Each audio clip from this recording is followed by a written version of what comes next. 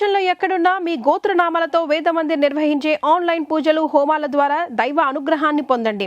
ఇంతకాలం ఎవరు షేకాండ్ లేనివారు ఇవన్నీ చూస్తుంటే ఒక రోజు అన్నాడు చిరంజీవి గారు. అప్పుడు ఇంకా ఆయన సినిమా రిలీజ్ కూడా కాల, మనోరు పండుగ జరుగుతుంది. అన్నయ్య రేపు పొద్దున్న నాకు కూడా ఇట్లా వస్తారా అన్నాడు. దీని మీద 10 రెట్లు వస్తారా నీకు? ఎలా చెప్పారు సార్? ఎలా చెప్పాను అంటే, ఆయన కొత్త సినిమా, మొట్టమొదటి సినిమాది, దానికి ముందు ఏదో పునాదిరాళ్ళు ఏదో చేశారు. ప్రాణం ఖరీదు కూడా ఇది జరుగుతూ ఉండగానే వచ్చింది అది. కాబట్టి అది ముందు రిలీజ్ అయింది, ఇది లేట్గా అయింది. అప్పుడు మేమందరం కలిసి కూర్చున్నప్పుడు అతను నేనే ఉండవు, మీ ఇష్టం వచ్చిన సాంగ్ ఏంటి ఏదైనా, నేను డ్యాన్స్ చేస్తాను అనేవాడు. అంటే తెలుగా, ఇంగ్లీషా, హిందీ, అంటే ఏ లాంగ్వేజ్ అయినా మ్యూజిక్ అంటే దానికి తగ్గట్టుగా రిథమిక్గా చేసావు. అది డ్యాన్స్ అంటే భరతనాట్యం కాదు, క్లాసికల్ డ్యాన్స్ ఇంకోటో కూడా కాదు, మ్యూజిక్కి తగ్గట్టుగా గంతులు వేసేసి చేసేవాడు. మనం బలి చేస్తున్నాడే, ఇక ఇంతకంటే కావాల్సింటే ఎలాంటి ఏంటి అనుకున్నాం. తర్వాత అతనిలో అడ్వాంటేజ్ అంటే కళ్ళు ఎక్సలెంట్ కళ్ళు అండి. అతను కళ్ళు కోపంగా చూశాడంటే అసలు చాలా ఇదిగా ఉంటుంది. అలాగే నవ్వుతూ కామెడీ కూడా బాగా చేయగలడు. మంచి టైమింగ్ అండి, మంచి టైమింగ్ ఉంది. అప్పుడు కృష్ణనాథ్ గారు అన్నాడు ఒక రోజున, మురళీమోహన్ వీడు మంచి విలన్ అవుతాడయ్యా మన తెలుగు ఇండస్ట్రీలో, బాగున్నాడు అన్నాడు. ఇండస్ట్రీలో విలన్ అవటం ఏంటంటే బాబు, ఇండస్ట్రీకి మొగుడు అవుతాడు చూడండి. ఫస్ట్ సినిమా రిలీజ్ అవ్వకముందే అన్నా నేను. అవునా? అయితే ఈ మాట నాతో అరవింద్ గారు కూడా అన్నారండి. ఇది వాళ్ళ సిస్టర్కి సంబంధం వచ్చినప్పుడు, సరే మంచి విలన్ అవుతాడు ఇండస్ట్రీలోని 100% అని అనుకున్నానండి, బట్ హీరోగా ఇంత అని నేను అనుకోలేదని అరవింద్ గారు కూడా అన్నారు సార్ నాతో. హీరోగా టర్న్ అవడం పట్ల అసలు మీరు హీరోగానే అవుతారని ఎక్స్పెక్ట్ చేశారా, లేదా విలన్ లాగా వెళ్ళి? అట్లా కాదు, మొట్టమొదటి కొంచెం హీరోగానే నెగిటివ్ క్యారెక్టర్ చేశాడు. అదే కుక్కగాటు చెప్పు దెబ్బలు అట్లాంటి. ఆ తర్వాత నుంచి పాజిటివ్ క్యారెక్టర్లోకి వచ్చాడు బ్రహ్మాండంగా. సో మీరు ఆయన సక్సెస్ని అంటే ఆయన వచ్చిన తర్వాత కొన్ని సినిమాల్లో విధానాలు చాలా మారిపోయినాయి. సాంగ్స్ అంటే ఏదో హీరోయిన్ మీద ఎక్కువ చేస్తారు, సాంగ్ హీరోలు ఎక్కువ పరిగెట్టడం, ఊటీ తోటలో లేకపోతే నాగేశ్వరరావు గారికి బాగా డ్యాన్స్ చేసేవారు ఆ రోజు. స్టెప్పులు అంటే నాగేశ్వరరావు, కృష్ణ గారి స్టెప్పులు కానీ, శోభన్ బాబు గారి స్టెప్పులు కానీ, ఎన్టీఆర్ గారి స్టెప్పులు కానీ, అవన్నీ మా అందరి ఒక టైప్, ఒక స్కూల్ మీద. కాకపోతే ఏంటంటే సలీం మాస్టర్ వచ్చిన తర్వాత రామారావు గారు రెచ్చిపోయారు. అవునండి, బ్రహ్మాండంగా చేసేవాడు. ఎదురులేని మనిషి కదా బిగినింగ్. కృష్ణముకుందామరారి పాట బిగినింగ్ అండి, రామరాజు స్టెప్ లేయడం. సో ఆ విధంగా మేము పెద్ద టాలెంట్ కాకపోయినా ఉన్నంతలో చేయగలిగాం అనేది అంట. బట్ చిరంజీవి గారు వచ్చినప్పుడు టోటల్గా వరల్డ్ మారిపోయింది. అదే అన్న, సాంగ్ సిస్టమ్స్ మారిపోయింది, ఫైట్ సిస్టమ్స్ కూడా బోడదు మార్పు వచ్చింది. ఫైట్లో ఏం చేసేవారంటే, ఫైట్ మాస్టర్ లాగానే అన్న నువ్వే ఎక్కువ కష్టపడుతూ రిస్క్లన్నీ షాట్లన్నీ పెడతాను, డూపులు చేసేస్తారు, మధ్య మధ్యలో మీకు క్లోజ్ షాట్లు ఇస్తాను నేను. ఎవరు ఓకే, ఎందుకంటే రామారావు అలాగే చేశారు, నాగేశ్వరరావు కూడా అలాగే చేశారు. ఎవరైనా సిస్టమ్ అది, కెమెరాకి ఇట్లా కొట్టండి అని మనం ఇట్లా 4-5 సార్లు కొట్టం, ఇట్లా కొట్టం తీసేవాడు. అవతల వాళ్ళు డమాలు పడిపోతుంటారు వాళ్ళు. అట్లా చిరంజీవి గారు వచ్చిన తర్వాత వీటన్నిటిలోనూ మార్పు వచ్చింది. అందుకని నేను అంటాను, చిరంజీవి ఇండస్ట్రీకి రాకముందు, చిరంజీవి ఇండస్ట్రీకి వచ్చిన తర్వాత, క్రీస్తు పూర్వం క్రీస్తు శకం లాగా అవును, అదొక చిరంజీవి శకం అనమాట. అంత సక్సెస్ అవ్వటం, సాంగ్స్ బ్రహ్మాండంగా చేసేయడం, ఫైట్లు బ్రహ్మాండంగా చేసేయడం. ఆ తర్వాత కృష్ణ గారు మేమందరం ఇట్లా ఫైట్లు చేస్తుంటే ఎవరికి నచ్చేయి కదా. అవునండి, అవన్నీ ఏంటో తేలిపోయాయి. చిరంజీవి గారు వచ్చి ఫైట్లు చేసిన తర్వాత ఇంకెవరు డూప్ అంటే కూడా ఒప్పుకునేవాడు కదా. అవే నేను చేస్తానండి, నాకు డూప్ అక్కర్లేదు అనుకున్నట్టుగానే సినిమా బాపు గారు కూడా చూసి, షూటింగ్ జరిగే రోజుల్లోనే చిరంజీవి చేసేస్తా అంటే ఆ జనం మధ్యలో ఆ డ్యాన్సులు అవన్నీ సెకండ్ టేక్ అనేది కూడా అవసరం ఉండేది కాదు. చేస్తాడు ఆయన కూడా, చాలా బ్రహ్మాండంగా ఉన్నాడు, చాలా బాగా చేస్తున్నాడు, పెద్ద హీరో అవుతాడని ఆయన. జయకృష్ణే అసలు తీసుకొచ్చింది. ఫిల్మ్ ఇన్స్టిట్యూట్లో చేసిన వాళ్ళలో బాగున్నాడు ఈ కుర్రాడని చెప్పి జయకృష్ణ తీసుకొచ్చి పెట్టాడు. అవునా? అప్పుడు క్రాంతికుమార్ కూడా చూసి క్రాంతికుమార్ ప్రాణం ఖరీదులో పెట్టాడు.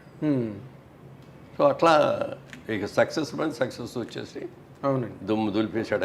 ఆయన ఒక యుగం కింద ఫామ్ అయిపోయింది. అంటే అదొకటి. ఇంకో గొప్ప విషయం ఏంటంటే వెనక ఎవరు లేరు, స్వతహాగా సొంతంగా కష్టపడి పైకి వచ్చిన వ్యక్తి.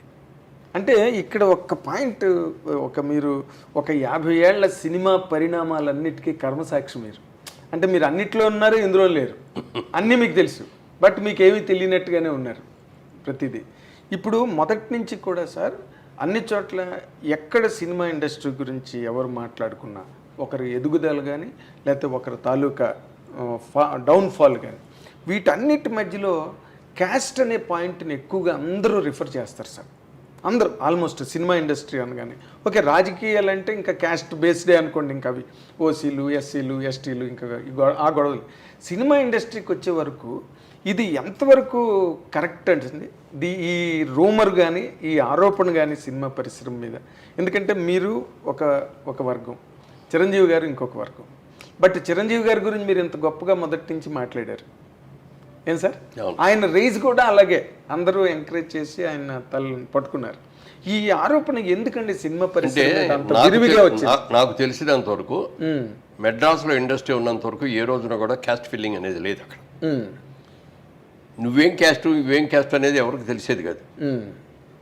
ఫలానా పేర్లు చెప్పుకున్నా ఫలానా డైరెక్టర్ అని చెప్పుకునే వాళ్ళేమే తప్ప ఇదిగో ఇతని ఈ క్యాస్టాడు కాబట్టి మనం చేయాలి అనేది ఇట్లాంటివి ఉండేవి కదా అసలు. ఓకే, హైదరాబాద్ వచ్చిన తర్వాత అది ఈ రాజకీయం ఇక్కడ అందరూ కూడా ఇది కదా.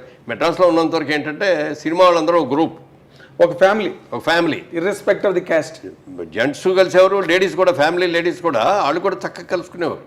ఎందుకంటే ఏ వచ్చినా ఏ ఫంక్షన్ వచ్చినా మన సినిమా వాళ్ళందరినీ పిలుచుకునేవాళ్ళం. అందుకని అందరూ అసలు ఎక్కడ ఎవరికి కూడా క్యాస్ట్ అనేది తెలియదు అసలు. ఇక్కడికి వచ్చిన తర్వాత పొలిటికల్గా కూడా అప్పటికే క్యాస్ట్ స్టార్ట్ అయిపోయి, అంటే అప్పట్లో కూడా తెలుగు సినిమా ఇండస్ట్రీలో చౌదరీస్ దే డామినేషను, లేకపోతే ఇంకొక కులం వాళ్ళని రానివ్వకుండా అడ్డు పెట్టారు, కొంతమంది తాలూకు ఎదుగుదలను ఆపేశారు అని కొంతమంది జర్నలిస్టులు ఇటీవల రోజుల్లో యూట్యూబ్లో మాట్లాడుతున్నారండి. పెట్టారు గారండి. అసలు నిజంగా అదే మాట మీరు అన్నట్టు జరిగినట్లయితే ఇవాళ రోజున ఎవరో వచ్చేవారు. మరి సినిమా ప్రొడ్యూసర్లు ఎక్కువ 75% చౌదరీస్ ఆర్టిస్టు, మెయిన్ రామారావు, నాగేశ్వరరావు, సోహన్ బాబు గారు, కృష్ణ గారు, మీరు అందరూ. అవును, ఒక కృష్ణరాజు గారు మినహాయిస్తే అందరూ వాళ్ళు. మరి డిస్ట్రిబ్యూటర్స్, మీ ఏ డిస్ట్రిబ్యూటర్ కంపెనీ అయినా చెప్పండి, అందరూ వాళ్ళే. థియేటర్స్ ఉన్నాళ్ళు, అది ఎక్కువ వాళ్ళే. ఇంత డామినేషన్ ఉంది, ఫలానా వాళ్ళు రాకూడదని అనుకోవాలి. టాలెంట్ ఎవరి దగ్గర ఉంటుంది, ఎందుకంటే క్రియేటివ్ జాబ్ సినిమా అనేది. అవునండి. ఇది పార్టీ అంటే అది వేరే విషయం. ఇదిగో ఈ మన కులం అని చెప్పి ఇక్కడ పెట్టుకుంటే ఇతను ఓట్లు ఇన్ని వస్తాయి ఎందుకని చెప్పి కులానికి ఇన్ని ఓట్లు, సినిమా అది కాదు కదా.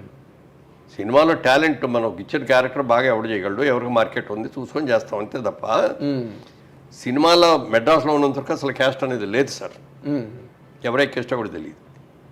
హైదరాబాద్ వచ్చిన తర్వాత మాత్రం కొంతవరకు వచ్చింది, బట్ అది కూడా టెంపరీ. ఇప్పుడైనా ఎవరికి టాలెంట్ ఉంటే వాళ్ళకి ఇస్తారు. అదేనండి అసలు ఇప్పుడు విజయబాబు రెడ్డి గారు నేను అన్నాను అనుకున్నాం, మేము అందరం ఒక్క ఊరి నుంచి వచ్చాం, మేము ఇద్దరు రూమ్మేట్స్, అంత క్లోజ్. బాపిరెడ్డి గారు మీరు మరి అన్ని సినిమాలు చేశాను ఆయన దగ్గర. అప్పుడు 6-7 సినిమాలు చేశాను. చిరంజీవి వచ్చిన కానీ చిరంజీవి షిఫ్ట్ అయ్యాడు. అది ఎప్పుడు తప్పని నేను అనుకోలే. చిరంజీవి టాలెంట్, అద్భుతమైన టాలెంట్ ఉంది, మంచి మార్కెట్ ఉంది, అప్పటికే బాగా మార్కెట్లోకి వచ్చాడు. అవునండి, ఫైల్లోకి అని చెప్పి బాపిరెడ్డి బాగుంటుంది అతనితో చేయి అన్నా. నేను కూడా అట్లా అది ఈర్షపడేవాడిని. అతను మన కులం కాదు అయితే బాపిరెడ్డి గారు ఇదేంటి, అది అతను కాపు మనం కమ్మ కదా ఇదేంటి అని అన్ని ఉండేవాడిని. నన్నే పెట్టుకోను, నేను నన్ను వదిలేసి అతను పెట్టుకుంటామంటే అనలేదు కదా. అవునండి. మనకి ఏంటంటే సినిమా ప్రొడ్యూసర్గా తెలుగాడు ఎవరైనా సరే సినిమా హిట్ అవ్వాలి, నటించగలగాలి కదండి, పెర్ఫామ్ చేయగలగాలి కదా. ఇప్పుడు ఎన్టీ రామారావు చౌదరి అయినంత మాత్రాన్ని ఆయన అందరూ ఆరాధించలేదు. అదే కదా, కృష్ణుడిగా రాముడిగా ఏ వేషం వేస్తే ఆ వేషాన్ని ఆరాధించారు రామారావుని. నాగేశ్వరరావు, దేవదాసు అలాంటి విప్రనారాయణ మహా పాత్రలు చేశారు ఆయన, కాబట్టి నిలబడ్డారు. అవును, పోయిన వాళ్ళు ఎంతమందో తెలియదండి. ఇప్పుడు ఎంతమంది ఇండస్ట్రీకి వచ్చి ఎంతమంది వెళ్ళిపోయారు. ఈ రకమైన విమర్శ ఎక్కువ ఎదుర్కొన్న పరిశ్రమ సెక్టార్ ఏదైనా ఉంటే సినిమా ఇండస్ట్రీ ఒకటే సార్.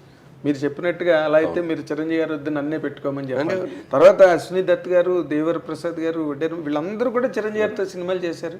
ఎన్నో రోజులు అందరూ ఎక్కువ చేయడం, ఆయన సినిమాలతోనే వాళ్ళు కూడా ప్రయాణం చేయడం మనం కళ్ళెదురుగుండా జరిగిన చరిత్ర అది. I Dream. Please subscribe iDream Media. Please do subscribe to iDream. Please subscribe to iDream Media. For best entertainment and information, please subscribe iDream. And don't forget to subscribe to iDream.